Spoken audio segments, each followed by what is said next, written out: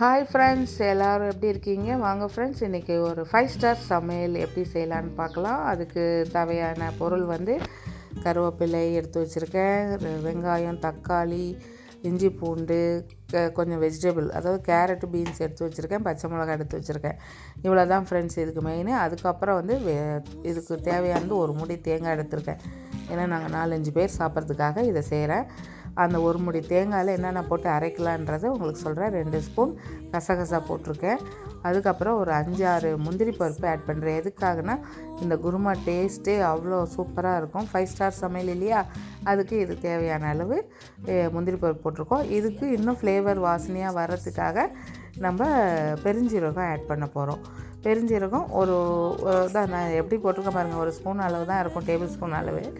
அவ்வளோதான் ஃப்ரெண்ட்ஸ். இதுக்கு தேவையான வேறு எந்த மசாலாவும் நம்ம ஆட் பண்ண போகிறது, மிளகாத்தூள், மல்லித்தூள் எதுவுமே யூஸ் பண்ணுறது கிடையாது. இப்போ நம்ம இந்த இஞ்சி பூண்டு பேஸ்ட்டையும் தேங்காய் கூட இந்த பச்சை மிளகாவையும் சேர்த்து நம்ம அரைச்சி வச்சுக்குவோம். இது நல்லா மழை அரைச்சிங்க.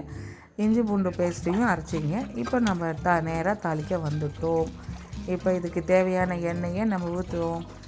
ரொம்ப எண்ணெயெல்லாம் தேவையில்லை ஃப்ரெண்ட்ஸ், இதுக்கு லைட்டாக ஊற்றினாலே போதும்.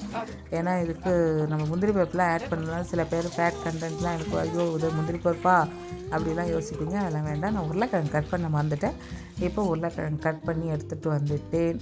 இப்போது நம்ம சமையல் ரெடி பண்ணலாம். எண்ணெய் காஞ்சிருச்சு. இதுக்கு என்ன வாசனைனா 2 பட்டை, ஒரு 2 லவங்கம், அப்புறம் கடல் பாசி இதெல்லாம் போட்டிருக்கேன். ஒரு ஏலக்காவும் போட்டேன். நல்ல வாசனை, அப்போ தாளிக்கும் போதே வாசனை கம்மன்னு வந்துடும். கடல் பாசி பாருங்கள் சூப்பராக இருக்குது. போட்டுட்டு அதுக்கப்புறம் நம்ம வெங்காயம், தக்காளியை போட்டு நல்லா வதக்க வேண்டியது தான். கருவேப்பிலையை கொஞ்சம் ஆட் பண்ணிக்கோங்க. வெங்காயம், தக்காளியை போட்டு நல்லா வதக்குங்க. இது நல்லா வதங்கணும் அப்படின்னா கொஞ்சோண்டு உப்பு ஆட் பண்ணிக்கோங்க.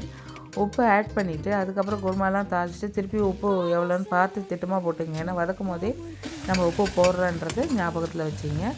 அதுக்கப்புறம் காய்கறி, உருளைக்கிழங்கு, பீன்ஸு, கேரட்டு, உங்களுக்கு என்ன காய்கறி ரொம்ப பிடிக்குமோ காலிஃப்ளவர் போடலாம், பட்டாணி போடலாம். உங்களுக்கு தேவையான பிடிச்ச காய்கறிகளை போட்டுங்க. வேறு எந்த இதுவும் கிடையாது ஆட் பண்ணுறதுல. இது நல்லா வதங்கிட்ட பிறகு நம்ம அரைச்சி வச்ச மசாலாவை அது கூட சேர்த்து அது கூட வதக்கணும். எதுக்காக அந்த தேங்காயும் பச்சை மிளகாவையும் வதக்குறோன்னா அந்த பச்சை மிளகா வாசனை வந்து பச்சை வாசனை போகணும். அதுக்காக இந்த வெஜிடபிளோடு சேர்த்து அந்த மசாலாவையும் வதக்கணும். அப்போ தான் அது சரியாகும். நம்ம இஞ்சி பூண்டு பேஸ்ட்லாம் போட்டு ஒரு வதக்கியாச்சு.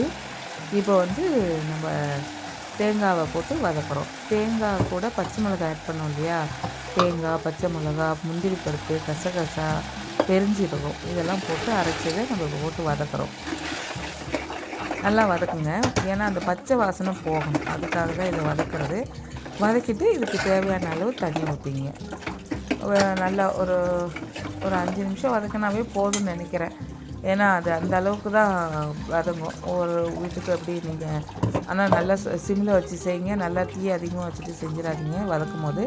அதுக்கப்புறம் தண்ணி ஊற்றிட்டு ஒரு 2 விசில் 3 விசில் அவங்க வீட்டுக்கு எவ்வளோ வைங்க. அதுக்கப்புறம் நான் இதில் என்னென்னா சுகர் ஆட் பண்ணுறேன். சுகர் எதுக்குன்னா வேணான்னா ஸ்கிப் பண்ணிவிடுங்க. ஏன்னா அது ஒரு டேஸ்ட்டு சூப்பராக இருக்கும். அந்த சுகர் வந்து சும்மா ஒரு 1/4 ஸ்பூன் அளவு, டீஸ்பூன் 1/4 ஸ்பூன் போட்டிருக்கேன். இப்போ நம்ம குக்கரை மூடி வச்சாச்சு.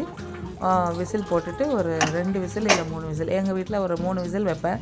உங்கள் வீட்டில் எவ்வளோ வேணுமோ நீங்கள் வச்சுக்கலாம். அவங்கவுங்க குக்கருக்கு தகுந்த மாதிரி வைங்க. இது நல்லா இது பாருங்கள் நல்லா வெந்துருச்சு. இப்போ நம்ம கொத்தமல்லி இலையை போட்டு பரிமாற வேண்டியது தான் ஃப்ரெண்ட்ஸ். ரொம்ப சூப்பராக இருக்கும். உங்களுக்கு இந்த வீடியோ பிடிச்சிருந்தா லைக் பண்ணுங்கள், சப்ஸ்கிரைப் பண்ணுங்கள் ஃப்ரெண்ட்ஸ். பாய்.